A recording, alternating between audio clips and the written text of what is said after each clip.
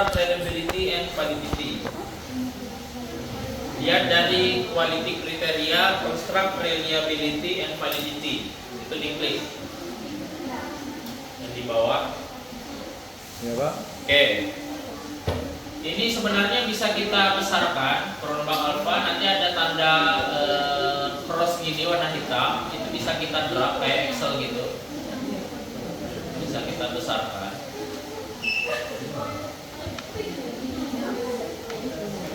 Nah, yang harus kita lihat apa? Yang pertama adalah Cronbach alpha. Yang harus dilihat pertama adalah Cronbach alpha. Cronbach alpha ini dikatakan, kalau tadi dikatakan valid, indikator dikatakan valid jika di atas 0,7. Kalau Cronbach alpha dikatakan reliable, bukan valid ya. Jadi dia dikatakan reliable jika Cronbach alpha-nya di atas 0,7 juga. Di atas 0,7 juga untuk Cronbach alpha-nya. Lalu yang kita lihat selain Cronbach alpha, kita melihat namanya composite reliability di sebelah kanan. Composite reliability itu juga kita lihat dan dia dikatakan reliable jika di atas 0,7 juga. Sama. Lalu ada satu lagi namanya average variance extract di sebelah kanan. Itu untuk melihat validitas juga. Bedanya sama overloading tadi apa? Overloading melihat per indikator. Kalau validitas dari average variance extract itu dilihat secara keseluruhan, dikumulatifkan sama dia, ditotalkan sama dia, maka jadi average variance extract itu harus di atas 0,6. Ya. Jadi Cronbach alpha di atas 0,7, composite reliability di atas 0,7, average variance extract harus di atas 0,6. Jadi nanti misalnya saya tanya gimana cara mengatakan atau caranya kalian tahu kalau ini sudah reliable. Kalian jelaskan dia reliable karena dilihat dari pertama dari Cronbach alpha harus di atas 0,7 dan dari composite reliability harus di atas 0,7. Misalnya juga saya tanya gimana untuk memastikan dia variabel ini valid secara keseluruhan, melihatnya average variance extract. Kalau saya bilang valid secara keseluruhan, lihatnya average variance extract. Tapi kalau saya tanya bagaimana cara melihat valid tidaknya variabel secara indikator, maka lihatnya overloading. Jadi bedanya overloading melihat per indikator, average variance extract melihat secara keseluruhan. Jadi mungkin saya akan nanya kayak gitu. Jadi sekalian saya kasih kisi-kisi kan pertanyaannya. Nah, tinggal nggak tahu nanti siapa yang dapat bagian yang ini, yang lain mungkin ditanya yang lain. Oke, karena ini semua sudah di atas nilai standarnya, ini sudah dikatakan reliable. Berarti instrumen ini secara validitas dan reliabilitas tidak masalah. Kita bisa pakai untuk penggunaan data kita.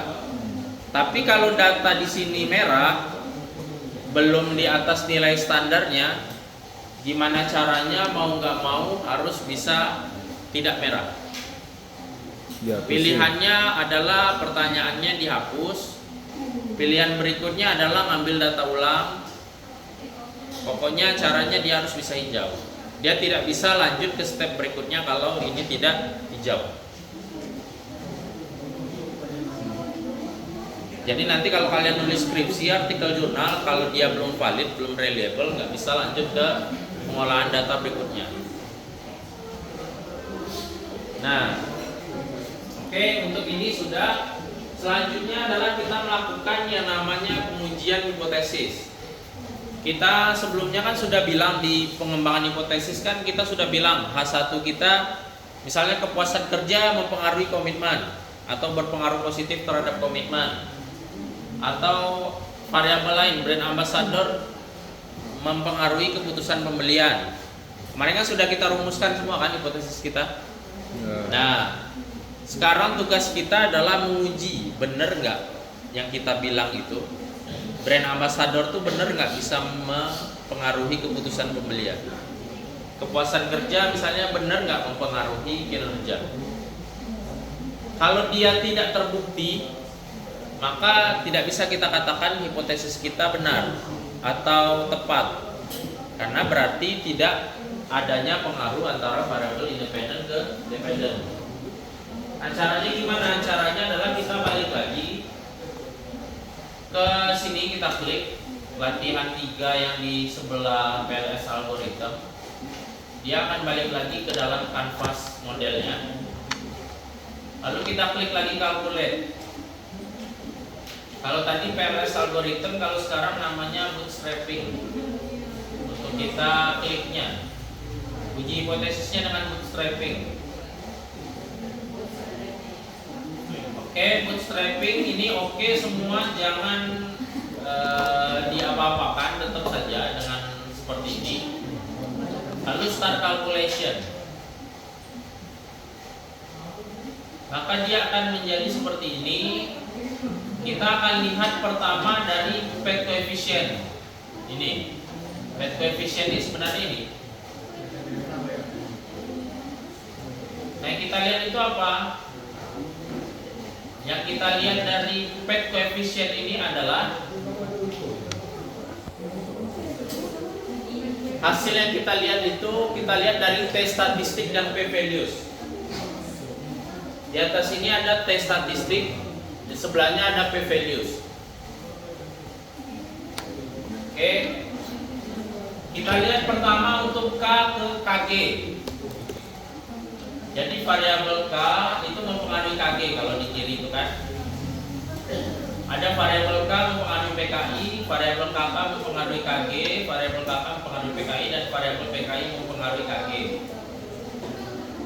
Ketika kita lihat pengaruh K itu, kita anggap inisialnya kan K, kompetensi mungkin kan. KG itu kinerja guru contohnya. Ketika kompetensi itu apakah mampu mempengaruhi kinerja, kita lihat dari T statistik dan P values. Gimana melihatnya? T statistik itu harus di atas 1,96. T statistik harus di atas 1,96. Jika dia di atas 1,96, maka dikatakan K itu bisa mempengaruhi KG. Kalau dia di bawah 1,96 berarti tidak ada pengaruh K terhadap KG. Selain T statistik, kita melihat dari P values. P values-nya harus di bawah 0,05. P values-nya harus di bawah 0,05. Maka ada yang merah kan 0,64 karena dia di atas 0,05. K itu bisa mempengaruhi KG karena P values-nya juga di bawah 0,05. 0,013 kan. Jadi mungkin saya akan tanya, bagaimana cara kita memastikan hipotesis kita itu terbukti atau tidak? Kita lihat dari nilai T statistik dan P values. Jika nilai T statistiknya di atas 1,96, maka kita bisa membuktikan kalau hipotesis kita itu terbukti, yaitu adanya pengaruh antara variabel independennya terhadap variabel dependen. Sama juga dengan P values.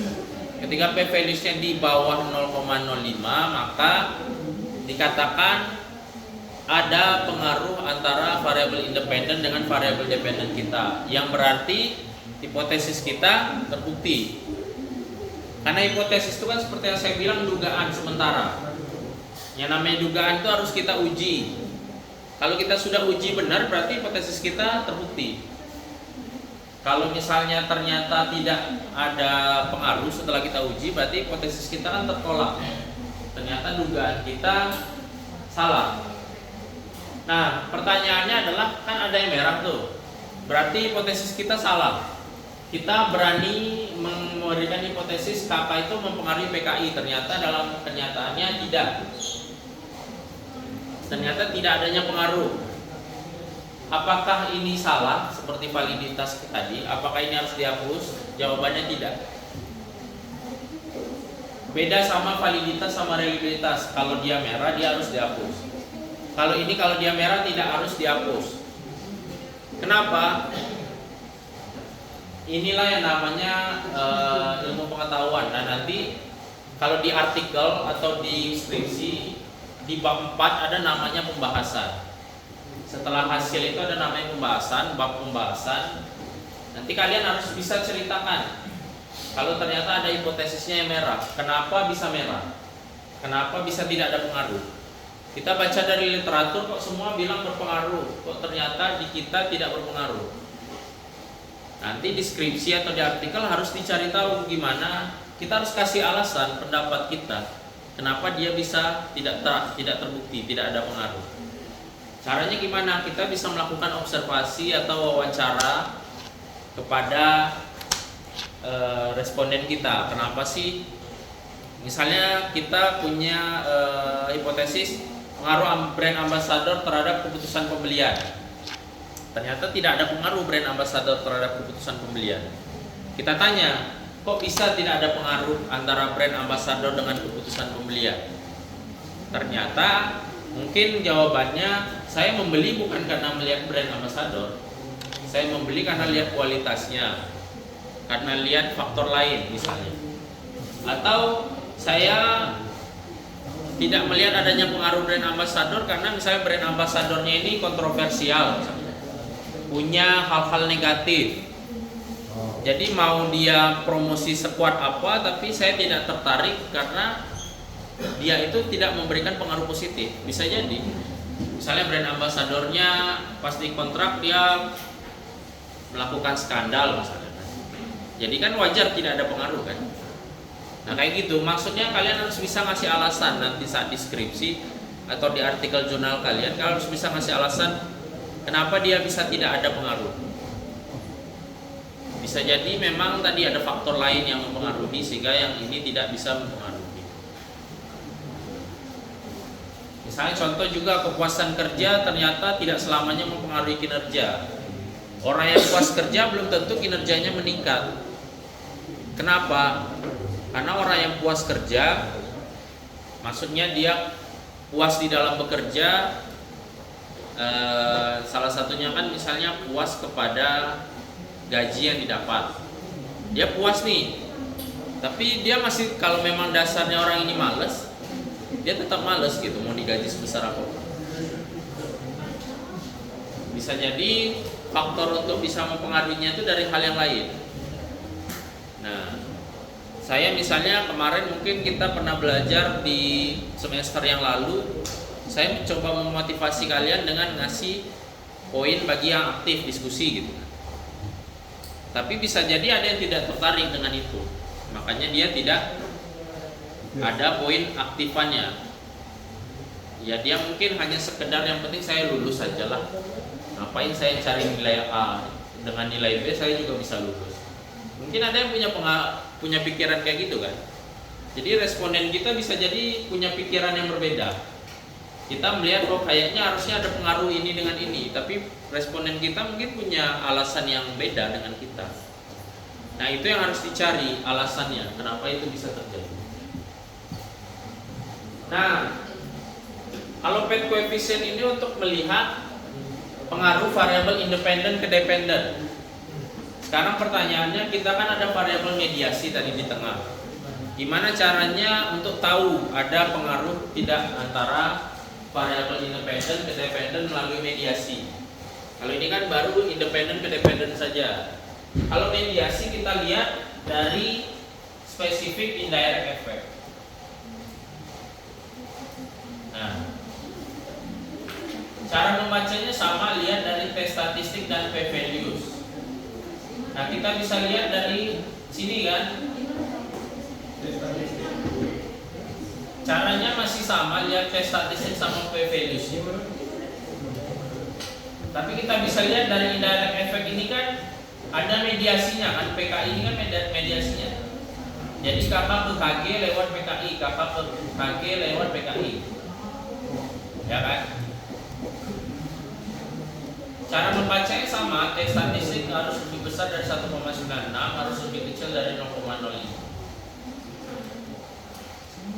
Jadi misalnya saya tanya, bagaimana cara untuk melihat pengaruh variabel mediasi di antara hubungan variabel independen dan dependen? Caranya lihat dari menu spesifik indirect effect. Lihat dari apa? Lihat dari T statistik dan p-values-nya. Jadi kurang lebih seperti itu pertanyaan dan prakteknya. Jadi nanti untuk praktek saya minta kalian mulai dari data itu dibuat dengan membuat new project. Jadi kalau misalnya kalian udah latihan di rumah, file itu harus dihapus dulu. Kita mulai dari project baru dengan langkah yang benar-benar mulai dari awal. Nggak bisa nanti curi start duluan gitu kan. Datanya kan kita udah dapat, ya udah saya curi start duluan, nggak boleh. Filenya harus dihapus dulu, harus buat new project mulai dari awal. Mulai dari buat model, masukin indikatornya, baru di running sampai ke yang terakhir ini. Jadi saya rasa dengan estimasi seperti yang kita buat sekarang 30 menit itu cukup. Mulai dari data itu dimasukkan, dibuat modelnya, lalu di running. Permasalahan kita lama ini kan karena menunggu waktu kalian untuk membuat modelnya. Tapi kurang lebih sampai di sini untuk praktek. Untuk membaca hasil juga sama seperti ini. Saya akan nanya tadi beberapa kisi-kisi, saya akan tanya. Yang ini mungkin saya tanya uji validitas, yang ini mungkin saya tanya reliabilitas. Saya akan ngacak, jadi nggak semua dapat pertanyaannya sama. Oke.